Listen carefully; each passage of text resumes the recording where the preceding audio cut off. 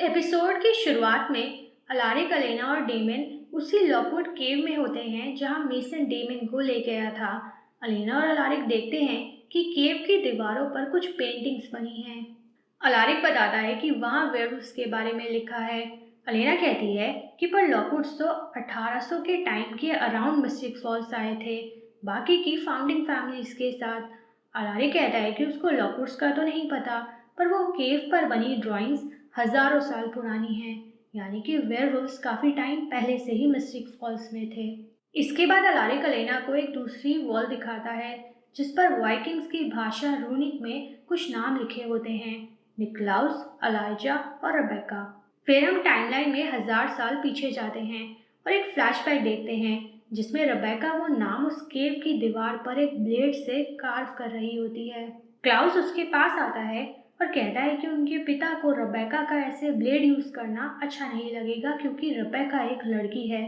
उन दोनों भाई बहन की बातों से पता चलता है कि वो दोनों अपने पिता से बहुत डरते हैं। इसके बाद रेबेका वो ब्लेड क्लाउस को देती है और खुद अपनी माँ की खाना बनाने में हेल्प करने चली जाती है।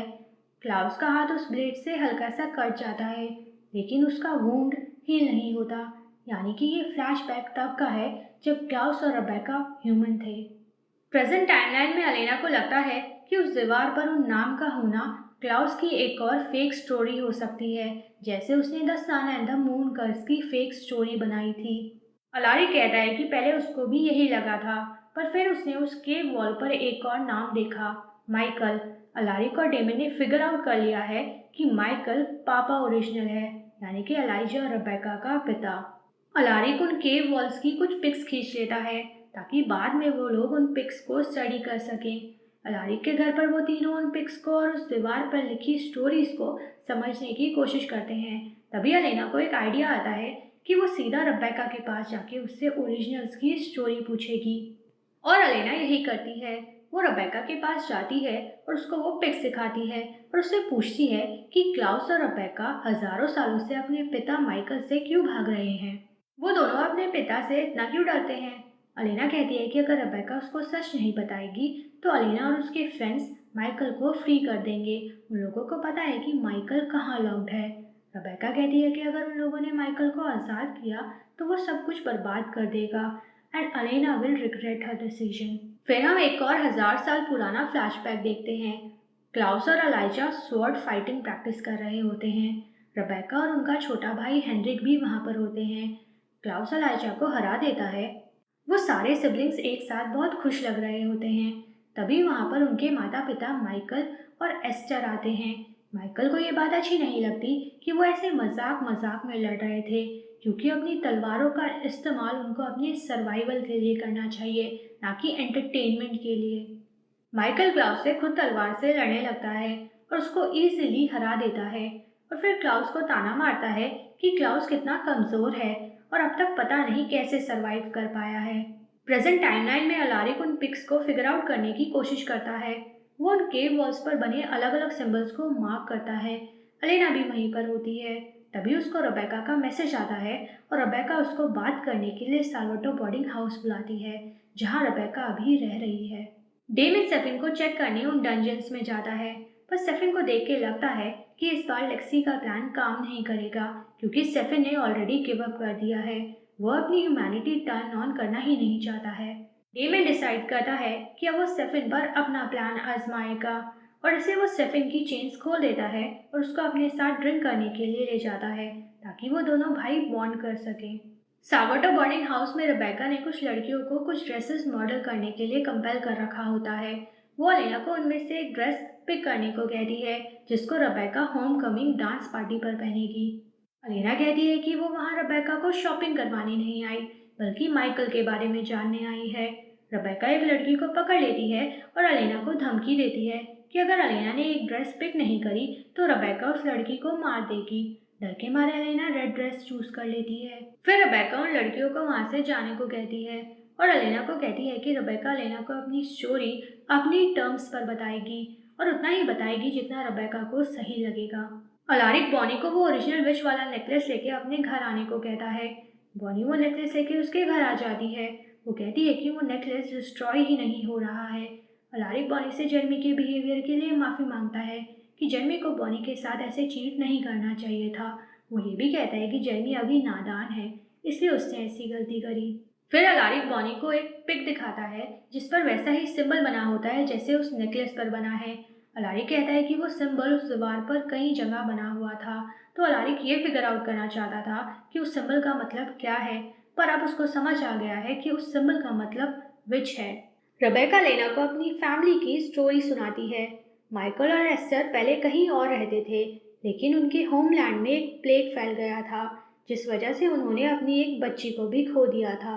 इसलिए वो लोग उस जगह को छोड़ मिस्टिक फॉल्स आ गए, क्योंकि रेबेका की माँ एस्टर एक विच अयाना को जानती थी, जिसको मैजिक से एक ऐसे मिस्टिकल लैंड के बारे में पता चला जहाँ सब लोग हेल्दी हैं और उनके पास स्पीड और स्ट्रेंथ का गिफ्ट भी है। जब माइकल और एस्टर मिस्टिक फॉल्स में शिफ्ट हुए, तब उनको पता चला कि वहाँ वेयरवुल्व्स रहते हैं। माइकल और एस्टर 20 सालों तक वेयरवुल्व्स के बीच पीसफुली रहे। इसी बीच रेबेका और उसके बाकी के भाई बहनों का जन्म भी हुआ। हर फुल मून की रात वो लोग अपने गांव के नीचे अंडरग्राउंड केव्स में छुपने चले जाते थे और सुबह तक वहीं रहते थे। फिर हम एक फ्लैशबैक देखते हैं। रेबेका उस नेकलेस को टच करने की कोशिश करती है, पर उसका हाथ जल जाता है। उसकी माँ एस्टर की दोस्त अयाना, जो कि एक विच है, रेबेका को कहती है कि उसको वो नेकलेस नहीं छूना चाहिए। तभी रेबेका देखती है कि क्लाउस हेनरिक की डेड बॉडी को लेके आ रहा है। दरअसल एक रात पहले फुल मून था और क्लाउस और उसका छोटा भाई हेनरिक वेयरवुल्व्स को टर्न होता देखने रात में केव से बाहर गए थे, जो कि फोरबिडन था, और कुछ वेयरवुल्व्स ने हेनरिक को मार दिया था। एस्टर अयाना से हेनरिक को बचाने को कहती है, लेकिन अयाना कहती है कि अब वो कुछ नहीं कर सकती है, अब हेनरिक मर चुका है। प्रेजेंट टाइमलाइन में रेबेका लेना को बताती है कि उसी इंसिडेंट के बाद से वेयरवुल्व्स उनके दुश्मन बन गए थे। तभी अलेना को डेमन का कॉल आता है और वो उसको बताता है कि उसने स्टेफिन को फ्री कर दिया है और अब वो स्टेफिन को अपने तरीके से ठीक करेगा। अलेना ऑब्वियसली डेमन के प्लान से एग्री नहीं करती, पर अब वो कर भी क्या सकती है। डेमन स्टेफिन को अपने साथ एक बार में ले आता है और वहाँ की बारटेंडर को कंपेल करता है ताकि वो स्टेफिन को अपने ऊपर फीड करने दे। इसके बाद वो दोनों भाई एक साथ कुछ गेम्स खेलते हैं। स्टेफिन कहता है कि डेमन को लग रहा है कि वो ऐसे इमोशनल बॉन्डिंग करके स्टेफिन की ह्यूमैनिटी वापस ले आएगा, पर डेमन गलत है और स्टूपिड भी, क्योंकि उसका ये प्लान स्टेफिन पर काम नहीं करेगा। साल्वाटोर बोर्डिंग हाउस में रेबेका लेना को बताती है कि उसके भाई हेनरिक के साथ जो हुआ, इसलिए माइकल और एस्टर ने अयाना को उनको वेयरवुल्फ से ज़्यादा स्ट्रॉन्गर बनाने का कोई स्पेल करने को कहा, ताकि वो लोग खुद को वेयरवुल्फ से प्रोटेक्ट कर पाएं। अलेना कहती है कि वो लोग मिस्टिक फॉल्स छोड़ के कहीं और भी तो रहने जा सकते थे। रेबेका कहती है कि उसके पिता माइकल की शान के खिलाफ होता। माइकल वहीं रह के वेयरवुल्व्स का सामना करना चाहता था और वेम्पायरिज्म उनका उन वेयरवुल्व्स से लड़ने का एक वेपन था। एक फ्लैशबैक में हम देखते हैं कि माइकल और एस्टर अयाना को वो स्पेल करने के लिए कहते हैं जिससे वो लोग वेयरवुल्फ से ज़्यादा तेज़ और पावरफुल हो जाएं, लेकिन अयाना ऐसा करने से मना कर देती है क्योंकि वो स्पेल नेचर के अगेंस्ट होगा और उसके उन पर कई नेगेटिव इफ़ेक्ट्स भी होंगे। जो एस्टर और माइकल मांग रहे हैं वो कोई गिफ्ट नहीं बल्कि कर्स है। अयाना वो स्पेल करने से मना कर देती है, तो माइकल एस्टर को वो स्पेल करने को कहता है। प्रेजेंट टाइमलाइन में अलेना रेबेका से पूछती है कि पर एस्टर वो स्पेल कैसे कर सकती थी, वो तो ह्यूमन थी। रेबेका उसको एक शॉकिंग इन्फॉर्मेशन बताती है कि एस्टर भी एक विश थी, ओरिजिनल विच। एस्टर ने ही क्लाउस पर वो हाइब्रिड कर्स डाला था। अलेना पूछती है कि तो क्या रेबेका भी एक विच है। रेबेका कहती है कि विचेस नेचर के रक्षक होते हैं और वेम्पायर्स नेचर के भक्षक, इसलिए या तो कोई वेम्पायर हो सकता है या विच, कोई भी दोनों चीज़ें नहीं हो सकता है। रेबेका बताती है कि उसकी माँ एस्टर वेम्पायर नहीं बनी थी, वो विच ही रही थी। एस्टर ने सन, वाइट ओक ट्री और नेचर से मदद लेके वो वेम्पायरिज्म वाला स्पेल किया। माइकल ने अपने बच्चों को वाइन में मिला के ब्लड पिलाया और फिर उन लोगों को हार्ट में अपनी तलवार से स्टैब करके मार दिया। एक फ्लैशबैक में हम देखते हैं कि क्लाउस और रेबेका को होश आता है और वो दोनों वेम्पायर ट्रांजिशन में होते हैं। माइकल गांव की एक लड़की को पकड़ के लेके आता है और क्लाउस और रेबेका को ज़बरदस्ती उसका ब्लड पिला देता है। प्रेजेंट टाइमलाइन में रेबेका लेना को बताती है कि वेम्पायर बन के वो लोग पावरफुल तो हो गए, लेकिन उस विच अयाना ने सही कहा था, वेम्पायरिज्म के उन पर कई नेगेटिव इफ़ेक्ट्स भी हुए। सूरज की रोशनी से उनकी स्किन जलने लगी और वो लोग कई हफ्तों तक अपने घर में ही छुपे रहे। फिर एस्टर ने उनके लिए अपने स्पेल से डे लाइट रिंग्स बना दी, पर प्रॉब्लम्स कहीं और भी थी। गांव के बाकी लोग उनसे दूर रहने लगे। व्हाइट ओक ट्री के आसपास उगे वर्वेन फ्लावर से कंपल्शन को रोका जा सकता था और वर्वेन उनकी स्किन को जला देता था। व्हाइट ओक ट्री ने ही उनको ये नई लाइफ दी थी। इसीलिए नेचर ने चीज़ों को बैलेंस करने के लिए उस व्हाइट ओक ट्री को ही उनकी सबसे बड़ी कमजोरी बना दिया। व्हाइट ओक ट्री की लकड़ी से ओरिजिनल्स को मारा जा सकता था, इसलिए रेबेका और उसकी फैमिली ने वो पेड़ जला दिया। रेबेका कहती है कि पर वेम्पायरिज्म का वर्स्ट पार्ट था ब्लड लस्ट, जिसको कंट्रोल करना बहुत मुश्किल था। एक फ्लैशबैक में हम रेबेका को गांव के कुछ लोगों पर अटैक करते हुए देखते हैं। प्रेजेंट टाइमलाइन में रेबेका लेना को बताती है कि इसी तरह वेम्पायर स्पीशीज का जन्म हुआ था। अलेना उससे पूछती है कि पर फिर माइकल ने क्लाउस को हंट करना क्यों स्टार्ट किया और क्लाउस को वो क्यों मारना चाहता है। रेबेका बताती है कि जब क्लाउस ने अपना पहला ह्यूमन मारा तो क्लाउस का वेयरवुल्फ कर्स ट्रिगर हो गया था और माइकल को और उन बाकी के ओरिजिनल्स को पता चला कि क्लाउस माइकल का नहीं बल्कि किसी वेयरवुल्फ का बेटा है, जिसके साथ एस्टर का अफेयर था। इसीलिए एस्टर ने क्लाउस पर वो हाइब्रिड कर्स डाला, क्योंकि वो माइकल के सामने शर्मिंदा थी और अपनी गलती सुधारना चाहती थी। लेकिन माइकल बहुत गुस्से में था और अपने गुस्से में उसने आधे से ज़्यादा गांव के लोगों को मार दिया। पर माइकल के लिए इतना काफ़ी नहीं था और उसने एस्टर को भी मार दिया। माइकल ने क्लाउस के सामने ही एस्टर के सीने से उसका दिल फाड़ा था। फिर माइकल गुस्से में कहीं चला गया, पर क्लाउस रेबेका के साथ ही रहा और उसने एस्टर को दफन करने में रेबेका की हेल्प की, क्योंकि क्लाउस को पता था कि रेबेका अपनी माँ से कितना प्यार करती है। एक फ्लैशबैक में हम देखते हैं कि रेबेका क्लाउस को कहती है कि एस्टर क्लाउस से नफरत नहीं करती थी, वो बस माइकल से डरती थी। रेबेका ये भी कहती है कि उसको पता है कि एस्टर ने क्लाउस का साथ नहीं दिया, पर रेबेका हमेशा क्लाउस का साथ देगी। तभी एलाइजा भी वहाँ पर आता है और कहता है कि वो भी हमेशा उनके साथ रहेगा और वो तीनों भाई बहन कसम खाते हैं कि वो तीनों हमेशा साथ रहेंगे, always and forever. Present timeline में अलेना कहती है कि क्लाउस ने 90 सालों तक रेबेका को कॉफिन में बंद रखा और रेबेका फिर भी क्लाउस का साथ देना चाहती है। रेबेका कहती है कि एज वैम्पायर्स उनके इमोशंस हाइटेंड हो गए हैं। माइकल के लिए उसकी प्राइड, रेबेका के लिए उसकी जिद, अलाइजा के लिए उसके मॉरल्स और क्लाउस क्लाउस को वो लोग पसंद नहीं हैं जो उसको धोखा देते हैं। वैम्पायर्स की लाइफ्स बहुत लंबी होती हैं और उन ओरिजिनल से अपनी लाइफ में कई गलतियाँ की हैं। रेबेका ने भी की है, पर क्लाउस उसका भाई है और वो उसका साथ कभी नहीं छोड़ेगी। रेबेका कहती है कि उसको पता है कि अलेना और उसके फ्रेंड्स माइकल को आज़ाद करने की कोशिश करेंगे ताकि माइकल क्लाउस को मार सके, लेकिन अगर माइकल ने क्लाउस को हार्म किया तो रेबेका अलेना और उसके फ्रेंड्स को नहीं छोड़ेगी। डेमिन और सेफिन अभी भी बार में ड्रिंक कर रहे होते हैं। सेफिन कहता है कि डेमिन बेवजह अपना और सेफिन का टाइम वेस्ट कर रहा है। अगर सेफिन ने अपनी ह्यूमैनिटी स्विच ऑन कर भी दी तो कोई फ़ायदा नहीं होगा, क्योंकि स्टेफिन अभी भी क्लाउस के कंपल्शन में है और क्लाउस उसको दोबारा कंपल कर देगा। फिर माइकल वहाँ आ जाता है और स्टेफिन से क्लाउस के बारे में अलग अलग क्वेश्चंस पूछता है कि क्लाउस अभी कहाँ है, कब वापस आएगा। स्टेफिन कह रहा है कि वो माइकल को कुछ नहीं बता सकता है क्योंकि क्लाउस ने उसको कंपल कर रखा है। माइकल डेमन को पकड़ लेता है और स्टेफिन को धमकी देता है कि अगर स्टेफिन ने नहीं बताया तो माइकल डेमन का हार्ट रिप आउट कर देगा।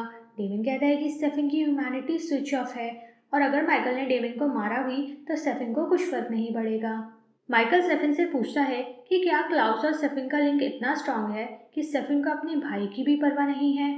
क्लाउस के कंपल्शन में कुछ तो लूप होल होगा जो स्टेफिन माइकल को बता सकता है।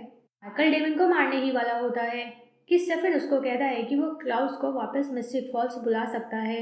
ये सुन के माइकल डेविन को बख्श देता है और स्टेफिन को क्लाउस को जल्द से जल्द मिस्टिक फॉल्स बुलाने को कहता है ताकि माइकल क्लाउस को मार सके।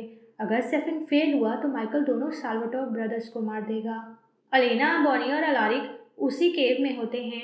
अलारिक ने उन सिंबल्स को मार्क कर दिया होता है और अलेना उन सिंबल्स को रेबेका की बताई स्टोरी के अकॉर्डिंग फिगर आउट करती है।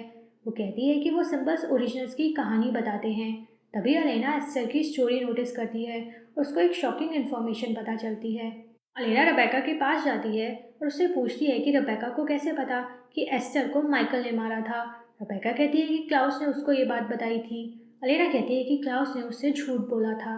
अलेना उसको कुछ पिक्स दिखाती है और बताती है कि एस्टर को माइकल ने नहीं बल्कि क्लाउस ने मारा था। जो सिंबल एस्टर की डेथ स्टोरी में है वो एक हाइब्रिड का सिंबल है जो वेम्पायर्स और वेयरवुल्फ्स के सिंबल को मिला के बना है। वेयरवुल्फ बनने के बाद क्लाउस का एग्रेशन और रेज भी हाइटेंड हो गए होंगे, और जब एस्टर ने क्लाउस पर वो स्पेल डाला तो क्लाउस को बिट्रेड फील हुआ होगा। तभी गुस्से में उसने एस्टर को मार दिया और इल्ज़ाम माइकल पर डाल दिया, क्योंकि क्लाउस रेबेका को खोना नहीं चाहता था। रेबेका को इन सब बातों पर यकीन नहीं होता। अलेना कहती है कि क्लाउस पिछले 1000 साल से रेबेका की लाइफ कंट्रोल कर रहा है, और अब अलेना और उसके फ्रेंड्स की, इसलिए उनको मिलकर क्लाउस को रोकना होगा।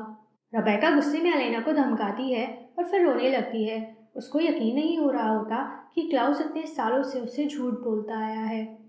बार के बाहर डेमन सेफिन को कहता है कि फाइनली सेफिन ने कुछ इमोशंस दिखाए और डेमन की माइकल से जान बचाई। सेफिन कहता है कि उसने डेमन के लिए नहीं बल्कि खुद के लिए किया है, क्योंकि अगर क्लाउस मर गया तो सेफिन उसके कंपल्शन से आज़ाद हो जाएगा और फिर वो मिस्टिक फॉल्स और उन सब से दूर चला जाएगा। सेफिन डेमन से पूछता है कि डेमन उसकी इतनी हेल्प क्यों कर रहा है। डेमन कहता है कि वो सेफिन को ऐसे उन डंजियंस में सड़ने के लिए नहीं छोड़ सकता है, और सेफिन डेमन का भाई है और डेमन की वजह से ही इस क्लाउस वाली मुसीबत में फंसा है, इसलिए डेमन उसको हेल्प करना चाहता है। गिलबर्ट हाउस में अलेना और डेमन एक दूसरे को वो इन्फॉर्मेशन बताते हैं जो उनको पूरा दिन पता चली है। डेमन बताता है कि अब माइकल भी उनकी साइड आ गया है और सेफिन भी उनकी क्लाउस को मारने में हेल्प करेगा। अलेना बताती है कि शायद रेबेका भी उनकी हेल्प करे। रेबेका शायद इतनी बुरी नहीं है जितनी अलेना सोचती थी। अलेना को अब रेबेका के लिए बुरा लग रहा है। अलेना कहती है कि आज उसको रियलाइज़ हुआ कि सबसे इम्पोर्टेंट बॉन्ड फैमिली का होता है। अलेना को ये भी लगता है कि स्टेफिन अलेना के प्यार की वजह से नहीं बल्कि डेमन के प्यार की वजह से ठीक होगा। स्टेफिन को डेमन बचाएगा, क्योंकि स्टेफिन डेमन से बहुत प्यार करता है, उससे कहीं ज़्यादा जितना वो अलेना से करता है। इसी के साथ ये एपिसोड ख़त्म हो जाता है।